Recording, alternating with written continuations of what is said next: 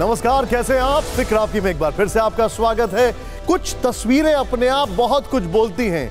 ये प्रधानमंत्री मोदी की तस्वीर है, ये देखिए, ब्लैक एंड व्हाइट। लेकिन ये तस्वीर देखिए, एंथनी एल्बनीज ऑस्ट्रेलिया के प्राइम मिनिस्टर, केसरिया टाई या भगवा टाई, ये बाय डिजाइन था, बाय चॉइस था, या एक बहुत स्ट्रॉन्ग मैसेज था उस इंसान का जिसने मोदी को द बॉस कह के संबोधित किया? यह देखने वाली बात है, हम आपको इसके बारे में बताएंगे। लेकिन फिक्र आपकी में सबसे पहले जानिए कि इस वक्त की सबसे बड़ी खबर क्या है।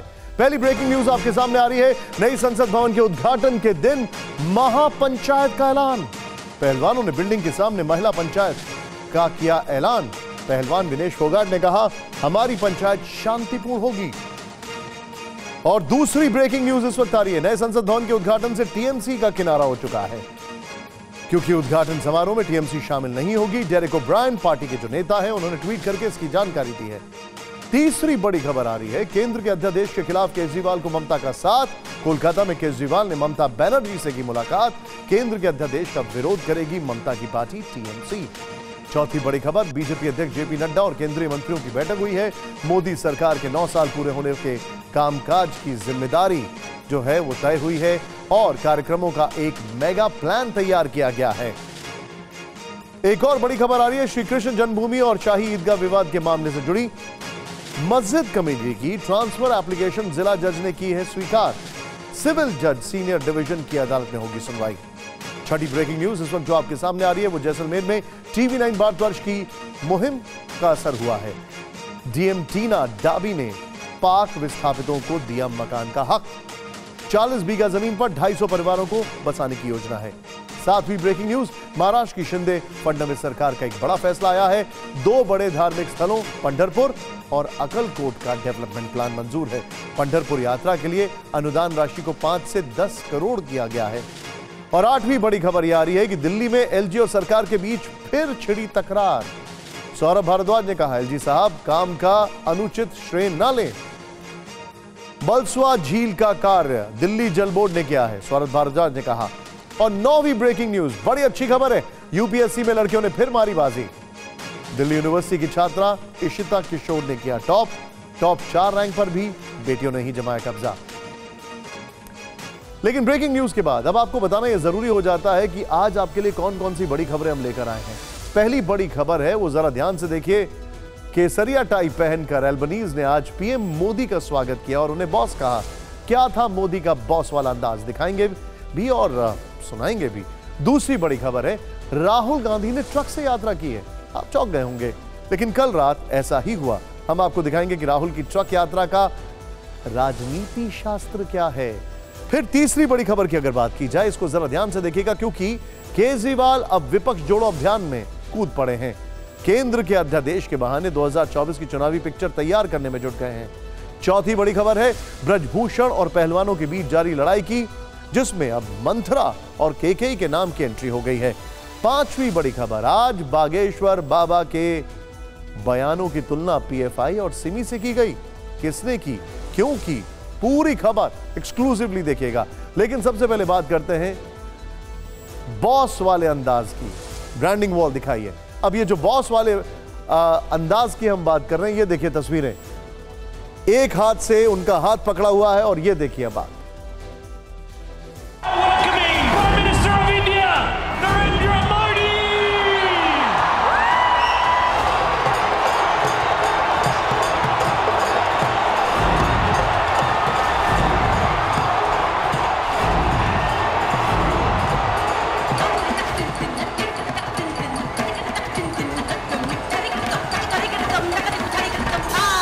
नमस्ते ऑस्ट्रेलिया।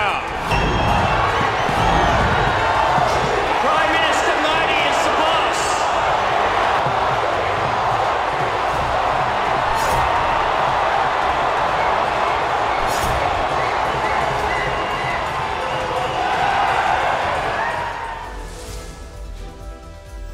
आज से कई साल पहले बीजेपी की सरकार ने एक नारा दिया था, इंडिया शाइनिंग, लेकिन आज दिख रहा है India is rising.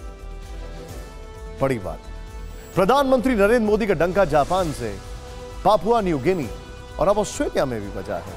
PM Modi Australia के दौरे पर हैं। उन्होंने आज सिडनी के कूडोस बैंक अरीना में भारतीय समुदाय को संबोधित किया। इस दौरान सिडनी मोदीमय हो गया।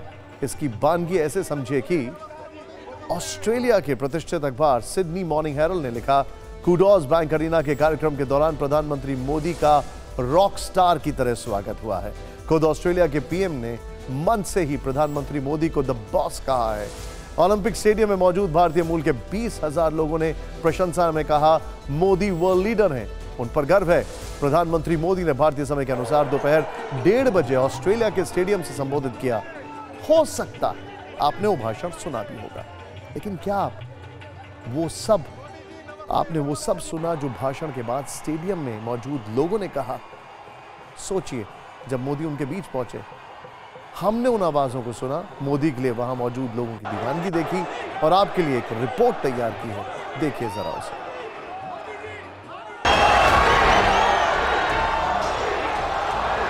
भारत माता की, भारत माता की, भारत माता की। बहुत बहुत धन्यवाद। सिडनी के कूडोस बैंक एरिना स्टेडियम में आपने प्रधानमंत्री नरेंद्र मोदी को सुन लिया होगा, लेकिन क्या आप इस भीड़ में हजारों लोगों का मोदी जी प्लीज सुन पाए?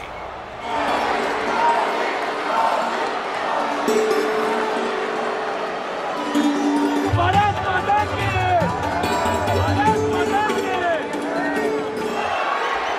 संबोधन के बाद पीएम मोदी और ऑस्ट्रेलिया के पीएम एंथनी अल्बनीज स्टेडियम में मौजूद लोगों का अभिवादन करने के लिए साथ साथ आगे बढ़ रहे थे। इस दौरान मोदी की एक झलक पाने के लिए लोग बेताब दिखे। इसी भीड़ में दूर से एक आवाज ये सुनाई दी,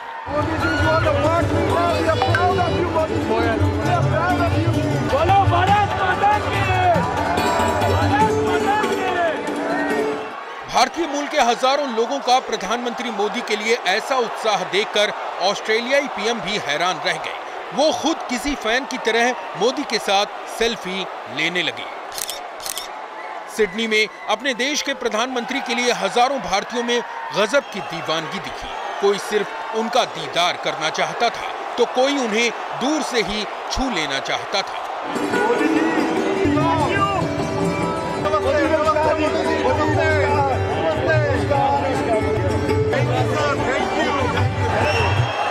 एक फैन ने इसके बाद चिल्लाते हुए दूर से कहा कि उसने पीएम मोदी के लिए एक कविता लिखी है। मोदी जी प्लीज एक सेल्फी तो बनती है। आपके लिए पोएम लिखी है, आपके लिए कविता लिखी है, आपके लिए एक सेल्फी तो बनती है, एक कविता लिखी है, मोदी जी के साथ एक सेल्फी बनती है।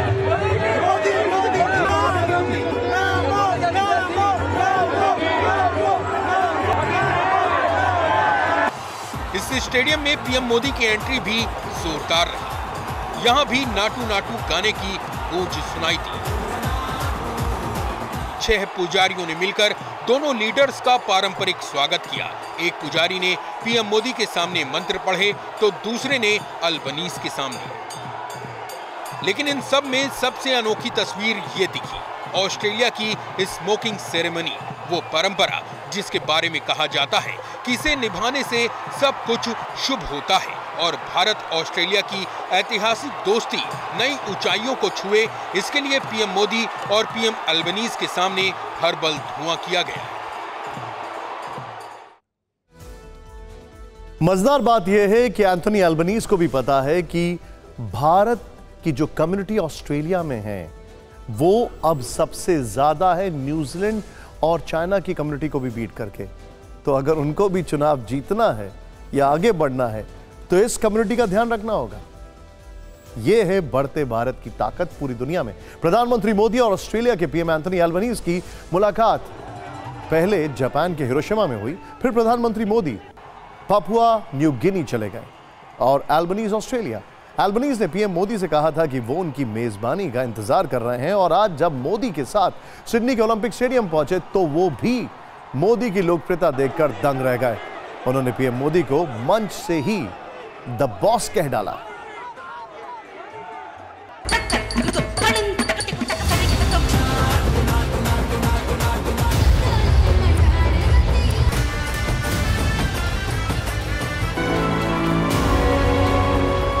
Prime Minister Modi is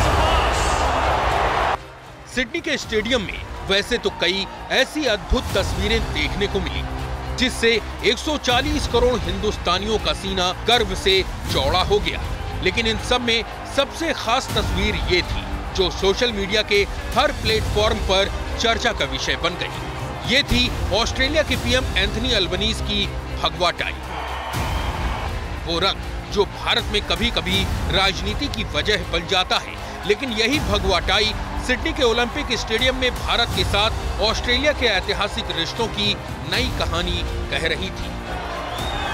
PM Modi जहां एक तरफ कुर्ता पायजामा और ब्लैक जैकेट में नजर आए, वहीं ऑस्ट्रेलिया के पीएम अल्बनीज काला कोट, सफेद शर्ट और भगवा टाई में दिखे।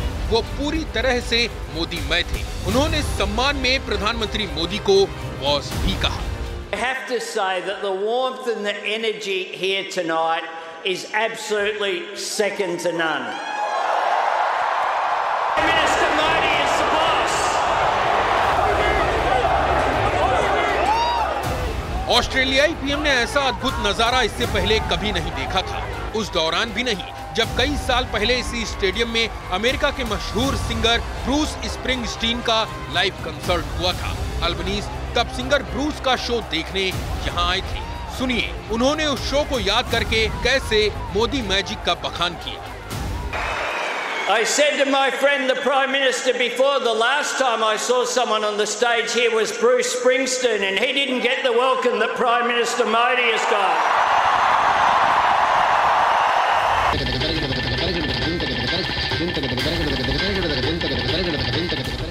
सांस्कृतिक और रंगारंग कार्यक्रमों के बीच दोनों लीडर ने सिडनी के ओलंपिक ग्राउंड में पैरामाटा स्क्वायर का उद्घाटन किया। पीएम मोदी ने ऑस्ट्रेलिया के हैरिस पार्क की चर्चा की। हैरिस पार्क, जिसे अब दुनिया ऑस्ट्रेलिया में लिटिल इंडिया के नाम से जानेगी, जहां तकरीबन 6 लाख भारतीय रहते हैं, और ऑस्ट्रेलियाई सरकार ने हैरिस पार्क का नाम बदलकर लिटिल इंडिया करने की घोषणा की है। लिटिल इंडिया, लिटिल इंडिया का ऑस्ट्रेलिया में मतलब क्या है? हमारे पास इस इलाके से जुड़ी दिलचस्प जानकारी है। लिटिल इंडिया सिडनी में नंबर 1। हैरिस पार्क का नाम अब लिटिल इंडिया रखा गया है। यहां की आबादी 6 लाख है, भारतीय यहां 45% हैं। यहां कारोबारियों की बात करें तो 90% इंडियन है और भाषा गुजराती या हिंदी है।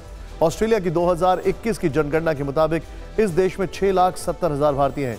अनुमान के मुताबिक साल 2035 तक ऑस्ट्रेलिया में भारतीयों की संख्या 10 लाख से अधिक हो जाएगी। तब लिटिल इंडिया का महत्व और बढ़ जाएगा। कह सकते हैं कि शायद इसीलिए प्रधानमंत्री मोदी ने ऑस्ट्रेलियाई पीएम के साथ लिटिल इंडिया की आधारशिला रखी। अपने भाषण में लिटिल इंडिया का जिक्र भी किया।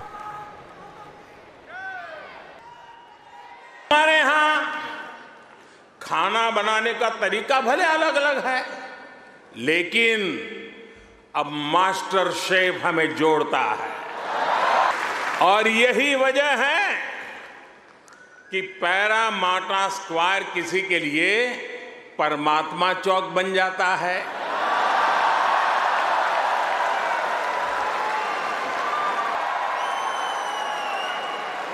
और हैरिस पार्क कई लोगों के लिए हरीश पार्क हो जाता है। वैसे मैंने सुना है कि हैरिस पार्क में चटका की चाट,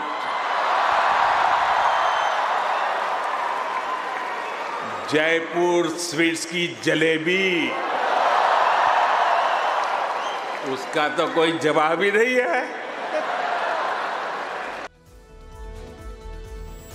पीएम मोदी ने आज सिर्फ भारत और ऑस्ट्रेलिया की बात की। फिल्म से लेकर क्रिकेट और लखनऊ की चाट से लेकर जयपुर की जलेबी तक का जिक्र किया, लेकिन इस बीच उन्होंने इशारों में चीन के लिए बड़ी बात कह दी। कुछ ऐसा कहा कि ऑस्ट्रेलिया से 8,000 किलोमीटर दूर चीन बेचैन हो उठा। ये रिपोर्ट देखें।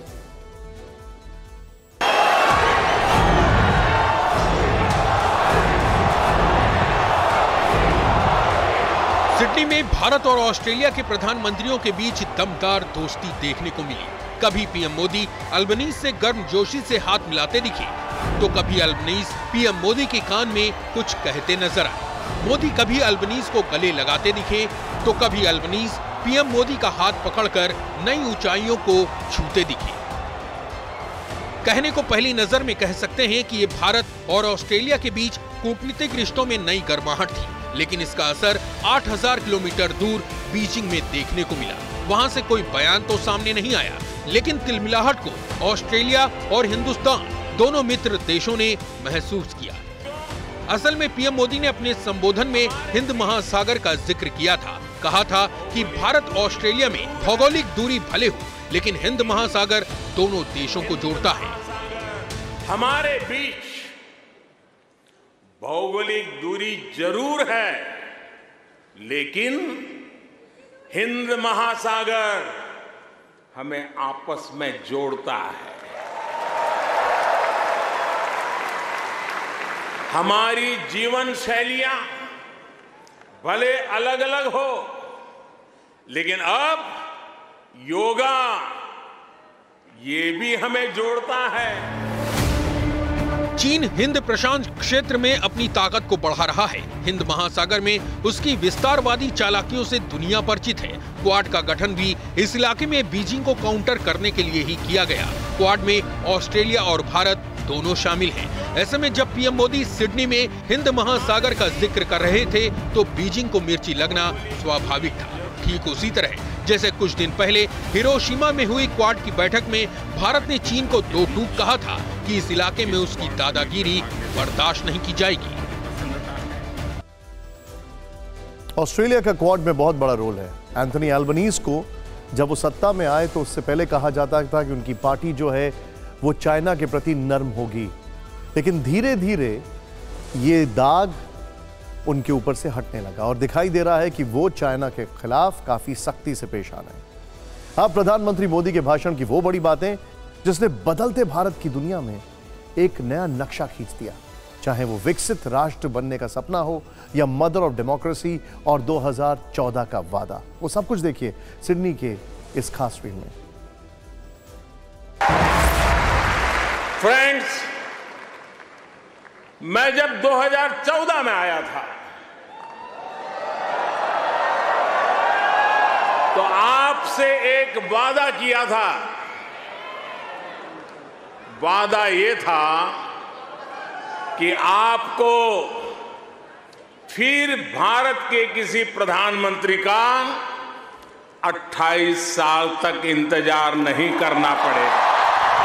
और मैं अकेला नहीं आया हूं, प्रधानमंत्री अल्बनीजी भी मेरे साथ आए हैं। क्रिकेट से तो हम ना जाने कब से जुड़े हुए हैं, लेकिन अब टेनिस और फिल्में भी हमें जोड़ रही है। आप सभी का एक सपना रहा है कि हमारा भारत भी विकसित राष्ट्र बने, है ना आपका सपना? जो सपना आपके दिल में है, वो सपना मेरे दिल में भी है।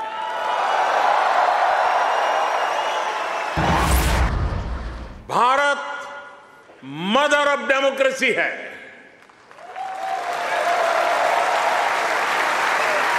G20 प्रेसिडेंसी में भारत कहता है, one earth, one family, one future.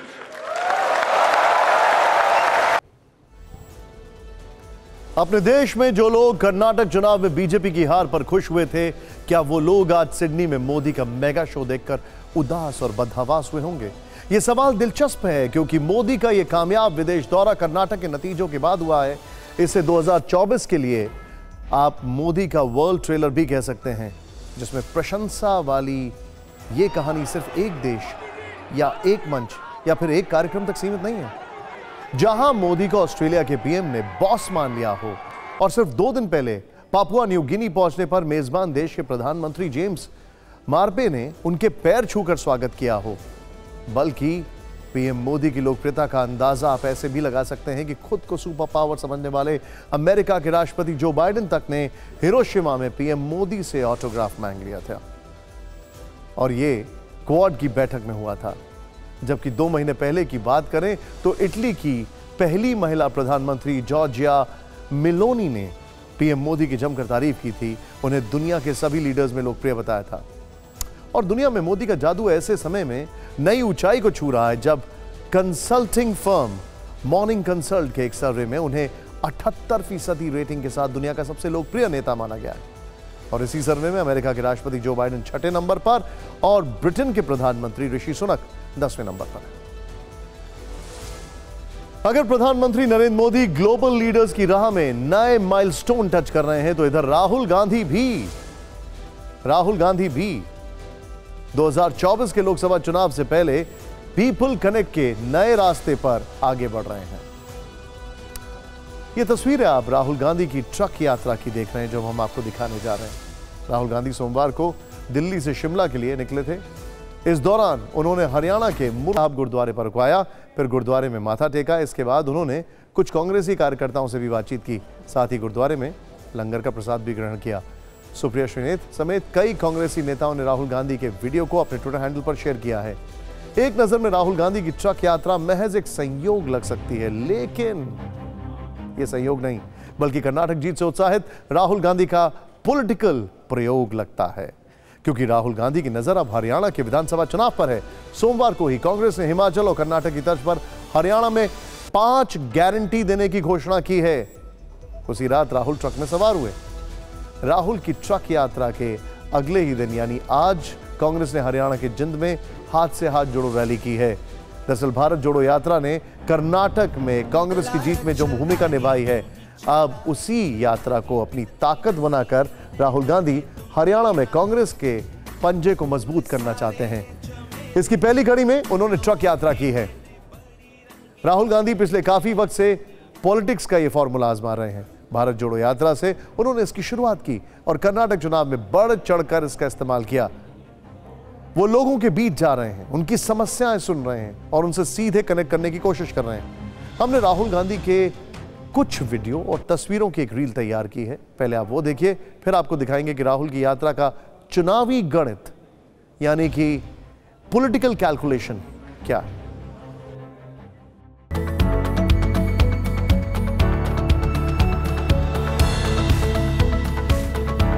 Which community is benefiting is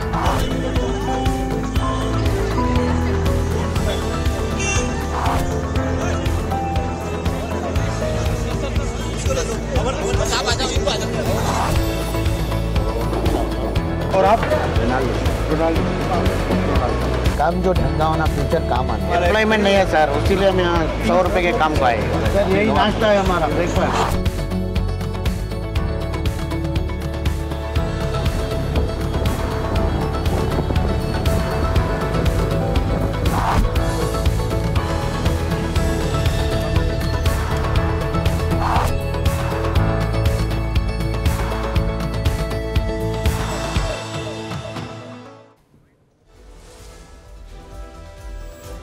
तो आपने देखा राहुल का मैं निकला गड्डी लेके अंदाज।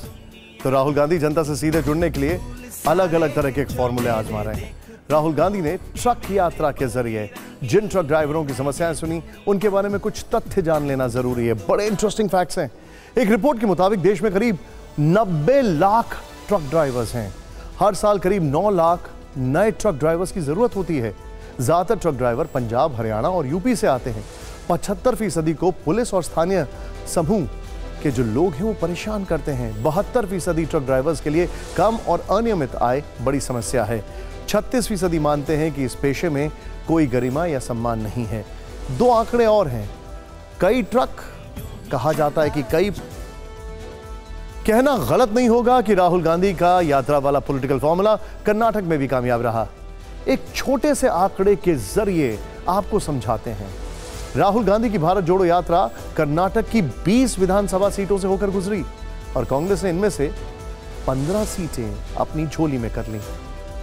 कर्नाटक के नतीजों से उत्साहित कांग्रेस अब यही फॉर्मूला बाकी राज्यों में भी आजमाने का प्रयास कर रही है। राहुल गांधी की ट्रक यात्रा पर सियासी टकराव भी शुरू हो गया है। कांग्रेस राहुल गांधी को जन नेता बता रही है, तो बीजेपी का कहना है कि राहुल कुछ भी कर लें, जनता ने उन्हें नकार दिया है। ट्रक पे जा करके ड्राइवर्स के साथ जो समस्याएं आती हैं उसको जानने की कोशिश करते हैं। ये है जनता का नेता। एक तरफ प्रधानमंत्री जी हैं जो अपने मन की बात करते हैं, देश को अपने मन की बात सुनाते हैं, और एक तरफ राहुल गांधी जी हैं जो लोगों के बीच में जाकर के उनकी बात को सुनते हैं। ये होता है जनता का नेता। मैं सलाम करता हूं राहुल गांधी जी की इस कोशिश को। सरकार में थे तो बाहर घूमते थे, बाहर बड़ी बड़ी गाड़ियों में घूमते थे, आज ट्रक पे घूम रहे हैं। ये तो सिर्फ समझ में आता है लोगों को कि सत्ता की भूख है, सत्ता की लालच है और सत्ता से बाहर है, इसलिए इस तरह के स्टंट कर रहे हैं। वैसे देश की जनता समझती है कि सत्ता की लालच कितनी भी करे उससे फायदा नहीं होने वाला। क्या राहुल को इग्नोर करना ये एक स्ट्रैटेजी है? और अगर ये स्ट्रैटेजी है तो कर्नाटक एक बहुत बड़ा एग्जाम्पल है। आपको याद होगा कि मुख्यमंत्री अरविंद केजरीवाल ने जब पहली बार दिल्ली के चुनावी दंगल में ताल ठोकी थी तो उन्होंने ऑटो ड्राइवरों को अपने साथ जोड़ा था।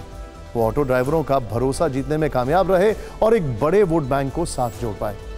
शायद राहुल गांधी भी इसी मंशा के साथ ट्रक यात्रा वाले पॉलिटिकल फॉर्मूला पर आगे बढ़ रहे हैं।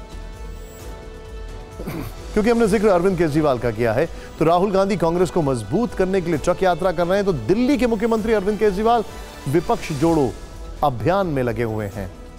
दिल्ली में चुनी हुई सरकार और एलजी के बीच अधिकारों को लेकर जो जंग जारी है वो नए लेवल पर पहुंच गई है। सुप्रीम कोर्ट के फैसले के बाद केंद्र सरकार 19 मई को अध्यादेश लेकर आई थी। अब इस अध्यादेश को लेकर आर पार की लड़ाई शुरू हो गई है। आम आदमी पार्टी के संयोजक और दिल्ली के सीएम अरविंद केजरीवाल अध्यादेश के खिलाफ विपक्ष को एकजुट करने के मिशन पर हैं। आज केजरीवाल पश्चिम बंगाल की मुख्यमंत्री ममता बनर्जी का समर्थन लेने कोलकाता पहुंचे। केजरीवाल के साथ पंजाब के सीएम भगवंत मान, राज्यसभा सांसद संजय सिंह और राघव चड्डा और मंत्री आतिशी ने भी ममता बनर्जी से मुलाकात की। केजरीवाल अध्यादेश के खिलाफ लड़ाई को सेमीफाइनल बता रहे हैं। ममता बनर्जी के साथ प्रेस कॉन्फ्रेंस में केजरीवाल ने कहा, केंद्र सरकार ने दिल्ली में जो किया वो जनतंत्र के खिलाफ है। राज्यसभा में अगर ये बिल गिर जाता है तो ये 2024 से पहले सेमीफाइनल होगा। ममता बनर्जी ने केजरीवाल को भरोसा दिया कि टीएमसी केंद्र सरकार के अध्यादेश के खिलाफ वोट करेगी। हम हॉट पार्टी को विनती करने चाहूंगी कि अगर आपका एक साथ में काम करने का मन है, दिल है, दिमाग है, तो मेरे को हम्बल रिगार्ड्स होगा, मेरे को अपील होगा कि एक वोट भी बीजेपी को नहीं देके hot political party, even there are some BJP party members also, they are also not happy. तो एक तो मैं दीदी का शुक्रिया अदा करना चाहता हूं कि राज्यसभा के अंदर इन्होंने कहा कि हम सपोर्ट करेंगे, और मैं समझता हूं कि अगर राज्यसभा में ये बिल गिर जाता है तो ये एक तरह से सेमीफाइनल हो जाएगा 2024 का। जो इनका सेमीफाइनल है वो औरों के लिए क्या है, ये एक बड़ा सवाल है विपक्ष की यूनिटी के लिहाज से। केजरीवाल एक बड़े मिशन पर निकले हैं। मिशन है बिखरे विपक्ष को एकजुट करना। केजरीवाल ने ममता बनर्जी से मुलाकात से पहले ही बता दिया कि वो किस तरह विपक्षी दलों को साथ लाएंगे। केंद्र सरकार के अध्यादेश के खिलाफ विपक्षी दलों को एकजुट करने निकले हैं। कोलकाता रवाना होने से पहले उन्होंने एक ट्वीट किया, आज से देश भर में निकल रहा हूं। दिल्ली के लोगों के हक के लिए एससी ने बरसों बाद आदेश पारित करके दिल्ली के लोगों के साथ न्याय किया, उन्हें उनके हक दिए। केंद्र सरकार ने अध्यादेश लाकर वो सारे हक वापस छीन लिए। जब ये कानून राज्यसभा में आएगा तो इसे किसी हालत में पास नहीं होने देना। सभी राजनीतिक दलों के अध्यक्षों से मिलकर उनका साथ मांगूंगा। यानी अरविंद केजरीवाल ने साफ कर दिया है कि दिल्ली के लोगों के हक के लिए वो निकले हैं। राज्यसभा में सरकार को मात देने के लिए केजरीवाल देश भर में विपक्षी दलों के नेताओं से मिल रहे हैं। कल केजरीवाल ने नीतीश कुमार और तेजस्वी यादव से मुलाकात की थी। आज वो कोलकाता गए और ममता बनर्जी से मिले। कल केजरीवाल मुंबई में उद्धव ठाकरे से मिलेंगे। 25 मई को केजरीवाल की एनसीपी प्रमुख शरद पवार से भी मुलाकात होगी। सवाल यह है कि अध्यादेश के खिलाफ अरविंद केजरीवाल का प्लान क्या है, वो क्या करना चाहते हैं। केंद्र सरकार के लिए संसद के अगले सत्र में इस अध्यादेश को पारित करना अनिवार्य है। केंद्र सरकार को संसद के दोनों सदनों, लोकसभा और राज्यसभा से अध्यादेश को पास कराना होगा। लोकसभा में सरकार के पास स्पष्ट बहुमत है, लेकिन राज्यसभा में गणित सरकार के पक्ष में नहीं है। केजरीवाल विपक्षी दलों का सहयोग जुटाकर अध्यादेश को राज्यसभा में रोकना चाहते हैं। आइए थोड़ा राज्यसभा का गणित समझ लेते हैं, जिससे यह समझना आसान हो जाएगा कि केजरीवाल का रास्ता आसान है या मुश्किल। इस वक्त राज्यसभा में कुल 239 सदस्य हैं। इस लिहाज से बहुमत का नंबर 120 है। सवाल यह है कि क्या केजरीवाल विपक्षी दलों के 120 मेंबर जुटा लेंगे? विपक्षी दलों की अगर बात करें तो राज्यसभा में कांग्रेस सबसे बड़ी पार्टी है। कांग्रेस के 31 मेंबर हैं। टीएमसी के राज्यसभा में 12 सदस्य हैं। आम आदमी पार्टी और डीएमके दोनों के 10-10 मेंबर हैं।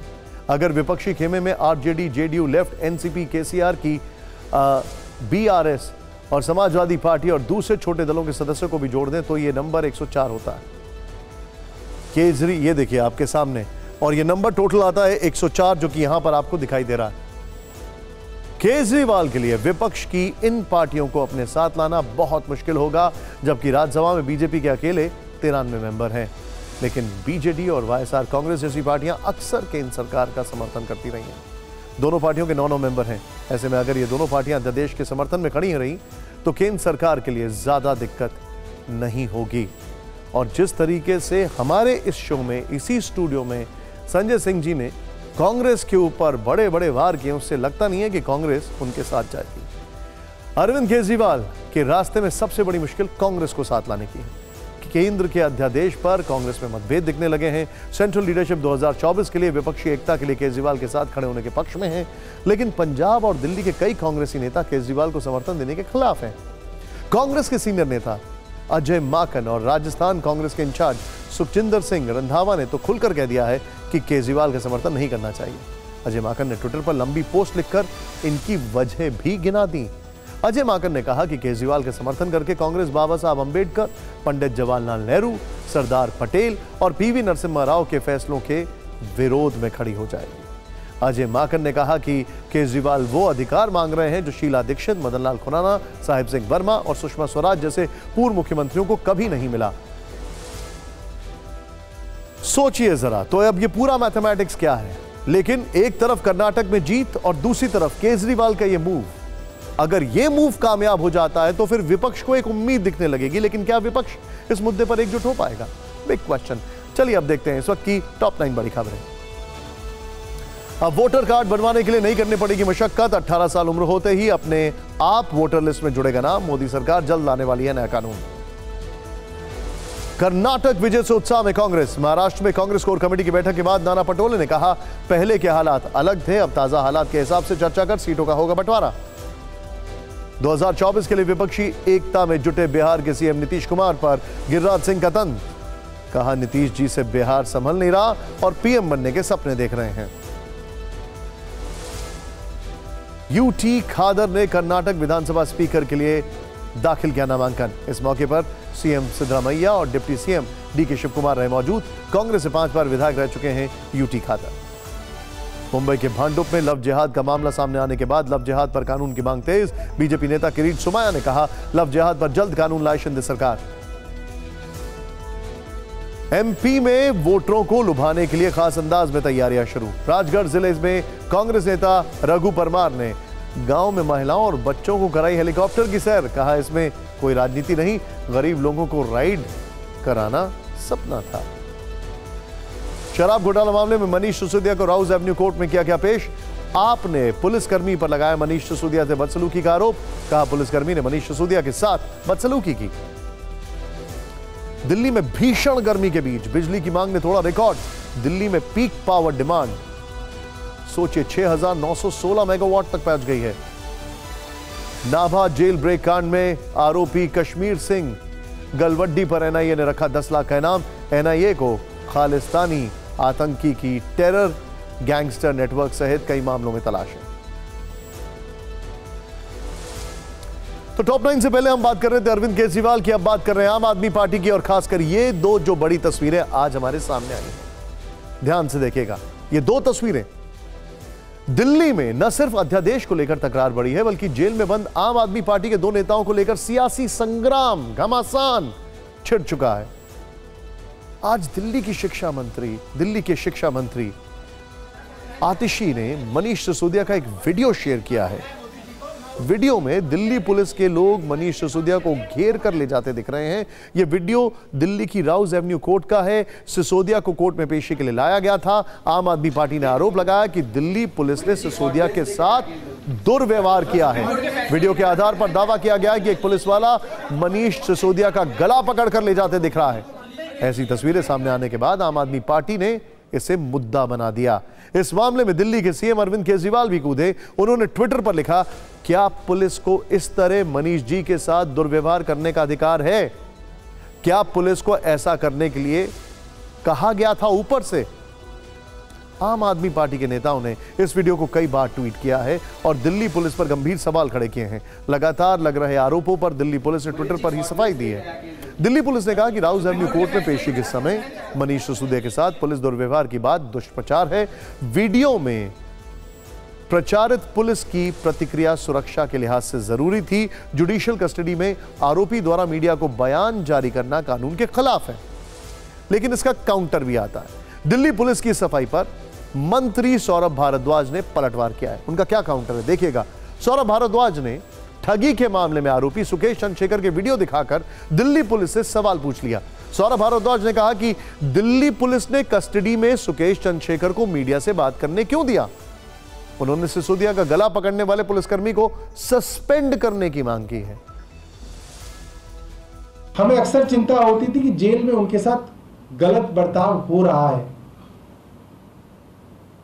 मगर कोई सबूत नहीं है, इसलिए हम कहेंगे कि गलत बर्ताव हो रहा है तो लोग कहेंगे कि झूठ बोला जा रहा है।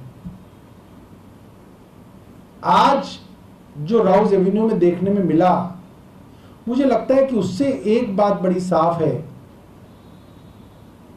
कि सीधा प्राइम मिनिस्टर ऑफिस से, प्रधानमंत्री कार्यालय से इस चीज के निर्देश दिल्ली पुलिस को दिए गए हैं।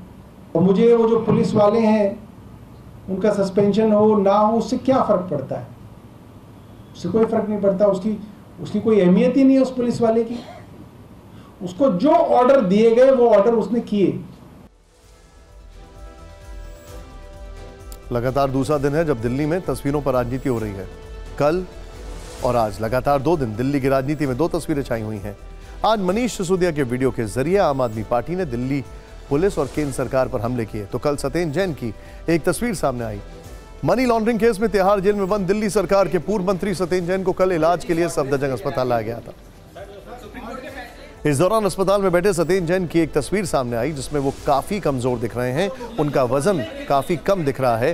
हाल ही में सत्येंद्र जैन ने स्वास्थ्य का हवाला देते हुए सुप्रीम कोर्ट में एफिडेविट दाखिल किया था, जिसमें सत्येंद्र जैन ने बताया था कि जेल में रहने के दौरान उनका 30 किलो वजन घट गया है।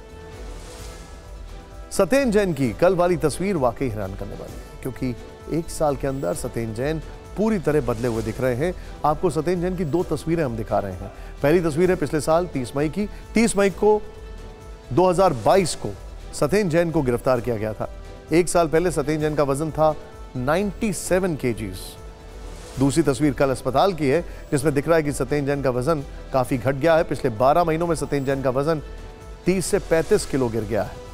और जब ये बात हमने अपने इस खास शो में 5 एडिटर्स के साथ, जो हमारा खास शो था, उसमें संजय सिंह जी से पूछी, तो उनकी आंखें भर आईं ये बताते वक्त कि सत्येंद्र जैन की तबीयत कितनी खराब है। खैर, अब फिक्र आपकी मैं बात बागेश्वर बाबा की करते हैं, जिनके हिंदू राष्ट्र वाले बयान पर एक नए विवाद की पर्ची निकली है। सोचिए जरा, एक बार फिर बागेश्वर बाबा हिंदू राष्ट्र की वकालत करने के कारण विरोधियों के निशाने पर हैं।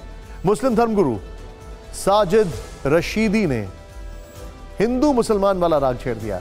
साजिद रशीदी ने कहा है कि अगर इस्लामिक स्टेट की मांग करने पर पीएफआई और सिमी के खिलाफ एक्शन की बात हो रही है, तो हिंदू राष्ट्र की बात करने वालों के खिलाफ क्यों नहीं।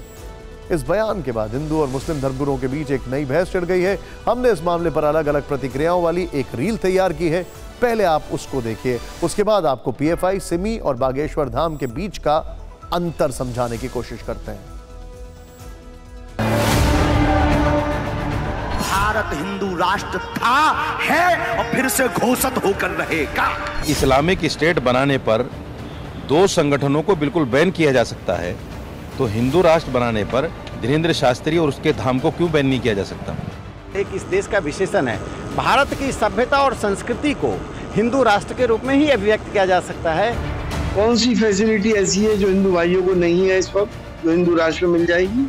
अगर इस तरह की दिलादारी करते रहे और इनके ऊपर कोई अंकुश नहीं लगा तो देश हमारा बर्बाद हो जाएगा।